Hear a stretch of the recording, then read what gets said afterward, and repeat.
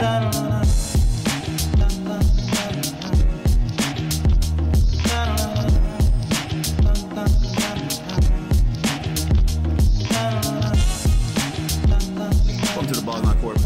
Cortez here.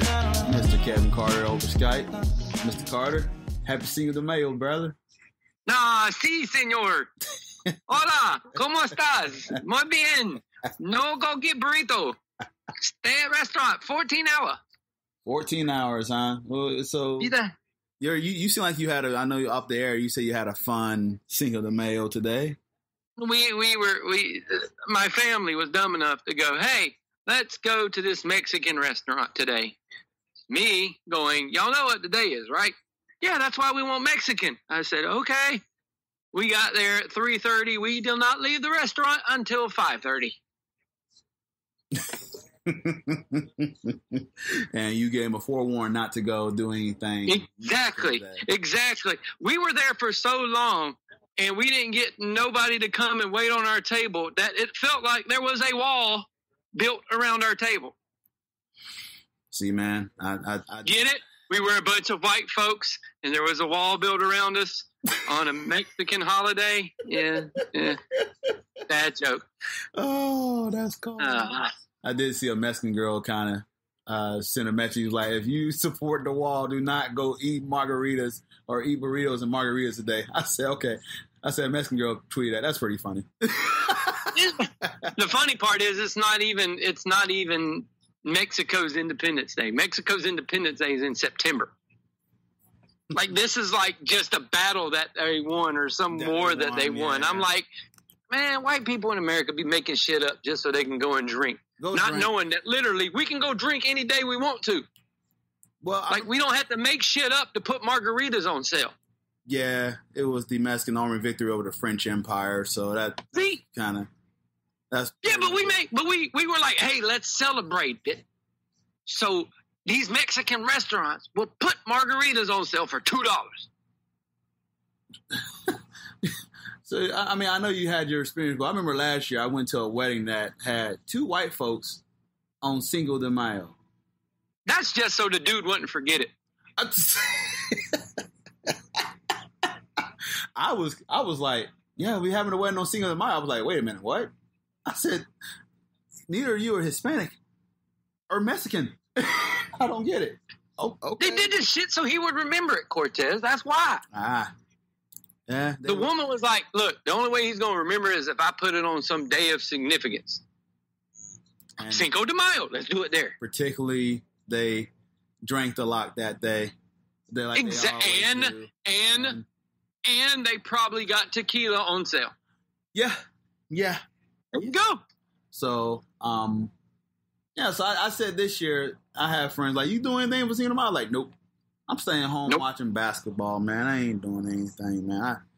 I didn't even drink tequila last night. I drank vodka with cranberry last night. So, I mean, that tell you how much my spirit is for Cinco de Mayo. I hope everybody. So you was pushing off Cinco de Mayo much like James Harden does defenders, huh? Just pushing them off.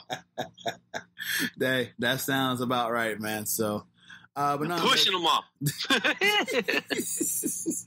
Yeah, step back, travel, push it off. Hey, there you go. Hey, they get their one. So, all right. Before we get into basketball, let's talk a little bit about NFL draft and talk about. Well, I mean, everybody kind of suspected Murray was going to go number one. Yep. And that Josh Rosen was going to be a trade target, which he was because he went to the Dolphins. For the Dolphins, who got a good deal after trading back and trading back and trading back and trading back and trading back. They were like, look, let's see how far we could trade back until Arizona says, enough. Okay, here. And then it worked out pretty well for him. What do you think about his move for him to go to Arizona? It's a good move for Arizona. Kingsbury thinks he can do well with Murray. So Godspeed for Murray. But the Rosen trade, that's going to work out well for him too. Going to Miami, even though he was just a rookie last year, he had nothing in Arizona. But now he goes to Miami, who has a little bit better weather, and still nothing in Miami. So we'll see what happens. I guess the tank for Tua thing in Miami is going to go away this year with Rosen being down there. So we'll have to see how well it works out for Miami. Yeah, Miami's feeling like they, at least a lot of fans I see with on Twitter, feel like they got their franchise guys. So we'll see how that works out. Which is good. I hope Rosen does well. I like Rosen. Yeah, I do too. I was hoping we would trade for him, but then we did our stupidity thing. So, yeah, good for him.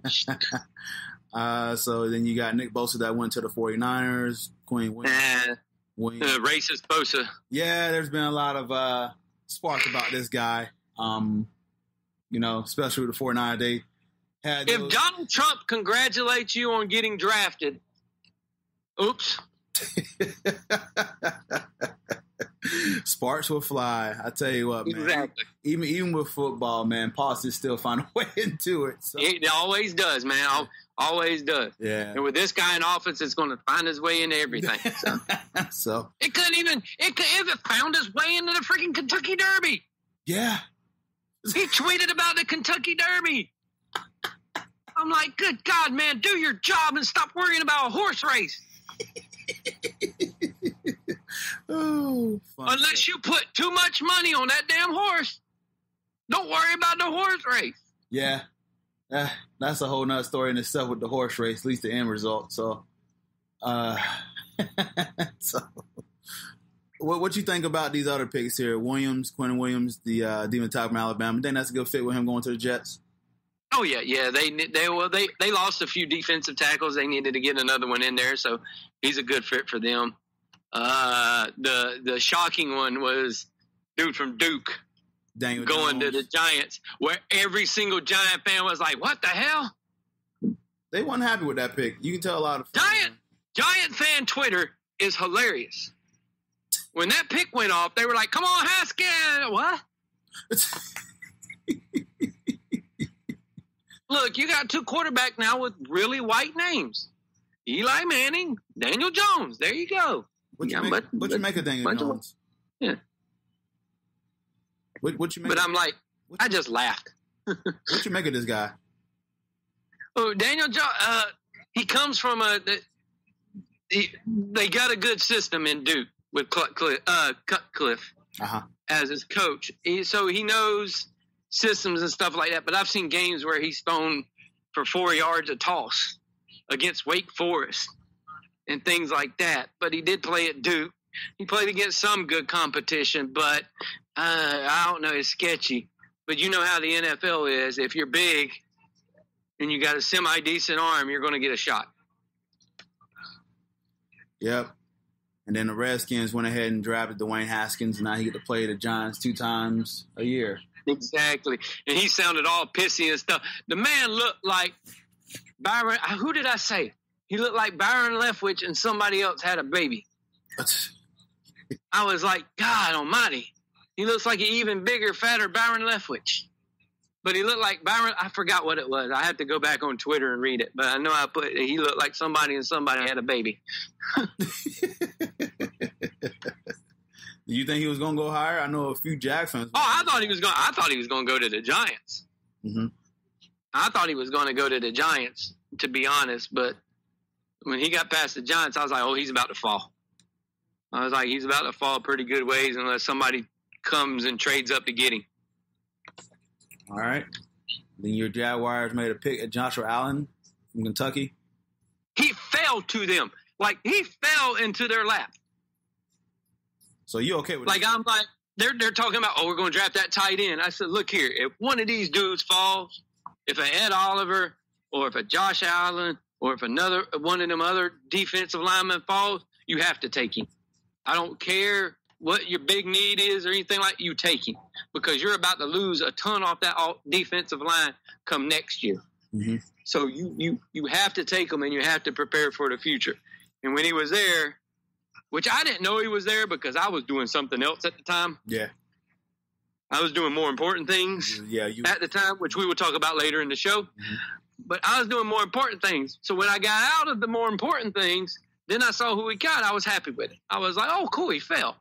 I was like, that works out well. But the more important things had to come first, Cortez. You understand? Yes. You know where I'm coming from. I totally understand. It's funny because I was thinking about that movie, which we would discuss, but I was like, man, that's right. The NFL draft is tonight. Oh crap! You knew what I was doing. You knew where my priorities stood. Yes. So I understand. You've been waiting for this for a very long time. So I went at 6. There was nobody spoiling anything for me. He was like, I'm not gonna let you people even try. Nah. Nope. What? So before we go on, what else in this draft kind of shocked you and because I know, the second round shocked me with some of the guys that fell. Yeah, like Taylor falling all the way to the second round. It reminded me. Remember how a few years back all that stuff was going around with Miles Jack's knee? That his meniscus was bad, his knee's going to blow up. Everybody was scared to death because Miles Jack was projected to be in the top 4 picks of the draft. He was projected to go number 4 to us before we got Jalen right then because he was in big talks. Same thing was this year. Jawan was projected to go number 7 to us. And these knee rumors came out and everything, and it blew him up and dropped him all the way to the second round. And lo and behold, we were like, oh, he's there, trade up. So we trade up and grab him, which was my favorite pick of the draft. Well, for obvious reasons. Yeah. Well, I wanted an offensive tackle. Plus, where he went to college didn't hurt either. So I was like, that was a good pick. Then we did some head scratchers in the third round, which we always do. But other than that, I was happy with the draft. Metcalf dropping as low as he did. The big one was Chauncey Gardner was projected to go bottom of the first round, top of the second round, and he lasted all the way into the third round, into like the bottom of the third round. And that was crazy to me because the year he had, you would have thought he would have went a lot higher, and the things he can do, he would have went a lot higher. But I just was looking at where some of the Gator players went and some of the other guys that I was curious about went, but it went as a lot as I expected. Nice. As far as the Broncos, I like what they did. They didn't seem that they won the top 10. They traded back. I know Pittsburgh's really aiming for the Devin Bush linebacker from Michigan, so we trade up and trade down and got a fantastic tight end and Noah Fant. So, hell, you got more picks. Yeah, you got more picks. So that was the big thing. That was the big thing for y'all. Right. So we've been lacking the tight end positions since Julius Thomas left. So yeah, since you've been lacking at the tight end position since Peyton Manning left. Let's just get it the right way. Yeah. Let's just say it the right way. That's fair too. So let's say it the right way. Then we got a tackle to help the running game. So in the pass protection game, so I'm okay with Dalton Risner. He's a hometown kid. But your big one. Man, I'm in love with this pick. I've been wanting this pick, Drew Lock. I think he's going to do well. Thanks NFL for putting Paul Lock. Who the heck is that? But NFL.com on there. I know they put Paul Lock. I'm like, who's Pollock? Yeah, I like. They got a Pollock playing for him. That ain't even cool. Nah, but that's racist NFL. No. I like the pick. He sit behind Joe Flacco. We know Joe Flacco is just that stopgap quarterback. And we've seen Drew Lock play enough to know what he can do. Yeah. And he's done it. And he's done it against some very good defenses. So in the SEC, it wasn't like when Blaine Gabbert came out and he was playing against garbage. Mm-hmm. This kid was playing against the high caliber teams in the SEC and done well. Even though his team didn't produce well, he produced well. And if you can do some of the stuff he did against some of these elite defenses, then you deserve to go pro and be able to show your stuff off. Drew Lock's going to be a good quarterback. What surprised me about Denver's draft, too, because there's been this contract disputes with Chris Harris Jr. They didn't draft a quarterback. But I know they signed Kareem Jackson from the Houston Texans to that big contract. But so there's a lot of talk going on there. So that kind of made me feel good that they didn't really draft a cornerback, and they're still going to try to talk to Chris Harris Jr., who's not been shown. There's a lot